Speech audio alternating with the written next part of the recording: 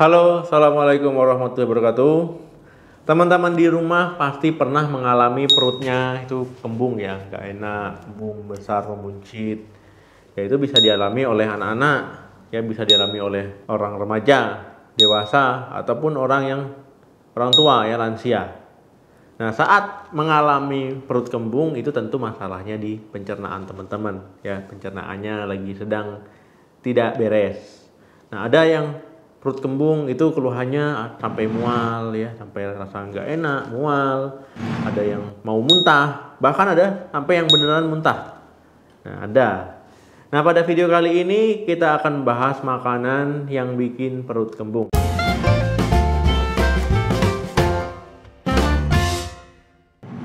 Jadi memang teman-teman ya, salah satu penyebab perut kembung itu dari makanan. Banyak orang yang nggak sadar nih, ternyata makanan bisa bikin perut kembung. Nah, kalau teman-teman dirasa sering perutnya nggak nyaman, rasa kembung, bisa saja teman-teman rutin makan makanan yang bikin perut teman-teman jadi kembung. Nah, jadi setelah menonton video ini, kalau teman-teman merasa sering kembung, ya sebaiknya dikoreksi lagi. Ya ada nggak makanannya, kalau ada ya coba dikurangi ataupun dihindari. Nah, makanannya yang pertama itu adalah makanan berlemak. Nah, teman-teman ya, makanan berlemak ya mungkin banyak orang yang suka karena makanan berlemak ini rata-rata enak. Ya enak, ya menambah nafsu makan, ya sampai kadang-kadang makannya sampai nambah ya. Sampai nambah nasinya, nambah yang lain. Ya karena kalau makanan berlemak memang enak. Nah, makanan berlemak ini ya itu akan lebih lama di perut. Ya akan lebih lama di perut karena makanan berlemak itu membutuhkan waktu yang lebih lama dibandingkan dengan makanan lain ya, makanan lain. Nah, kalau seandainya makanan berlemak ini ya itu membuat pengosongan lambung itu lebih lama. Jadi makanan berlemak akan berada di lambung dengan waktu yang cukup lama. Nah, kalau seandainya teman-teman ada sakit MAH ya, ini merupakan pantangan bagi orang yang sakit MAH ataupun gangguan lambung lainnya. Nah, karena ini bisa menimbulkan akhirnya perutnya nggak nyaman, ya kembung, ya bisa menimbulkan mual, ya perih, ya karena terlalu lama di dalam lambung. Nah, begitu juga kalau teman-teman ada masalah pencernaan lain, misalkan sedang diare, ya itu sebaiknya hindari mengkonsumsi makanan yang berlemak, ya makanan yang berlemak ataupun berminyak ini sama saja. Yang kedua, susu ataupun produk susu. Nah, jadi teman-teman ya, kondisi ini sering terjadi ya. Nah, kondisi ini sering terjadi, orang yang nggak bisa minum susu ataupun produk susu lainnya, ya ini disebut dengan intoleransi laktosa. Ya biasanya disebut dengan, oh ini alergi susu, kayaknya kalau makan susu dia, minum susu dia kembung, diare-diare. Nah, ini karena di susu itu kan ada gula ya, gula yang sulit dicerna bagi sebagian orang. Nah, nggak semua orang, ya bagi sebagian orang itu sulit dicerna, nggak bisa dicerna dengan baik, akhirnya membuat perut bergas, ya kembung. Nah, itulah karena dia intoleransi laktosa. Ini nggak semua orang ya, sebagian orang. Yang ketiga, kacang-kacangan. Nah, teman-teman ada juga orang yang kalau makan kacang-kacangan jadi perutnya kembung ya, kemudian juga bisa diare. Nah, ini karena di kacang-kacangan itu ada serat ya, ada serat kacang yang bisa membuat perut jadi bergas ya. Kemudian di dalam kacang-kacangan itu ada juga gula yang sulit dicerna bagi sebagian orang. Nah, kalau teman-teman ternyata mengkonsumsi kacang-kacangan perutnya jadi kembung, nggak nyaman ya, sebaiknya dihindari. Yang keempat, sayuran tertentu. Nah, teman-teman ya, ada beberapa sayuran yang menjadi penyebab perut jadi kembung ya, perut jadi sakit ya, ataupun rasa tidak nyaman. Nah, misalkan sayuran kubis ya, kembang kol, kemudian brokoli. Nah, ini karena ada gula yang sulit dicerna pada sebagian orang.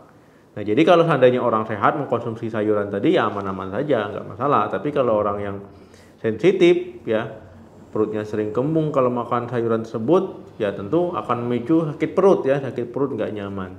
Yang kelima, apel. Nah, teman-teman ya, memang apel itu sehat, mengandung vitamin C, mengandung antioksidan. Nah, di apel juga mengandung fruktosa ya, fruktosa dan sorbitol. Nah, ini pada sebagian orang ya, ketika mengkonsumsi apel ya, karena kedua zat tadi ya itu memicu gas yang berlebih, apalagi kalau memang perutnya sudah nggak nyaman ya. ada riwayat gangguan pencernaan. Nah, ketika mengkonsumsi apel bisa saja ya perutnya jadi kembung. Yang keenam, bawang. Nah, teman-teman ya, siapa kalau makan bawang itu terlalu banyak, mengkonsumsinya berlebihan ya, ini hati-hati ya. Karena bawang bisa menjadi penyebab perut kembung. Nah, bawang merah, bawang putih, daun bawang ya, karena itu ada kandungan fruktannya. Fruktan itu serat larut yang bisa memicu timbulnya gas ya, teman-teman, jadi sering sendawa ya, kemudian perut kembung. Yang ketujuh, minuman bersoda. Nah, minuman bersoda ini sudah jelas ya, kalau minum bersoda kan minumannya bergas ya. Ketika teman-teman minum ya, ketika minum ya memang mungkin di tenggorokan menyegarkan, apalagi kalau kondisinya dingin. Nah, karena dia bergas ya, lama-lama bisa menghasilkan gas dari minuman itu sendiri yang akhirnya teman-teman sendawa. Ya kalau bagi orang yang sehat-sehat saja nggak ada masalah, ya mungkin nggak pengaruh ya, malah pas sendawa tuh rasanya plong. Nah tapi bagi orang yang sensitif, ya ini akhirnya perut jadi kembung, bisa mual, bahkan bisa muntah karena minuman bersoda tadi. Nah jadi sebaiknya kalau teman-teman punya perut yang sensitif ya hindari. Kemudian kalau teman-teman merasa baik-baik saja, sebaiknya kurangi karena lama-lama bisa memicu masalah di pencernaannya. Yang kedelapan, mengkonsumsi minuman alkohol. Nah teman-teman ya, minuman alkohol merupakan minuman yang bisa bikin perut kembung. Nah karena itu tadi, alkohol ini efek sampingnya bisa memicu peradangan ya, termasuk peradangan pada sistem pencernaan teman-teman. Ya kalau meradang ya perut kan nggak nyaman ya, nggak nyaman, bisa kembung, bisa sakit perut dan sebagainya.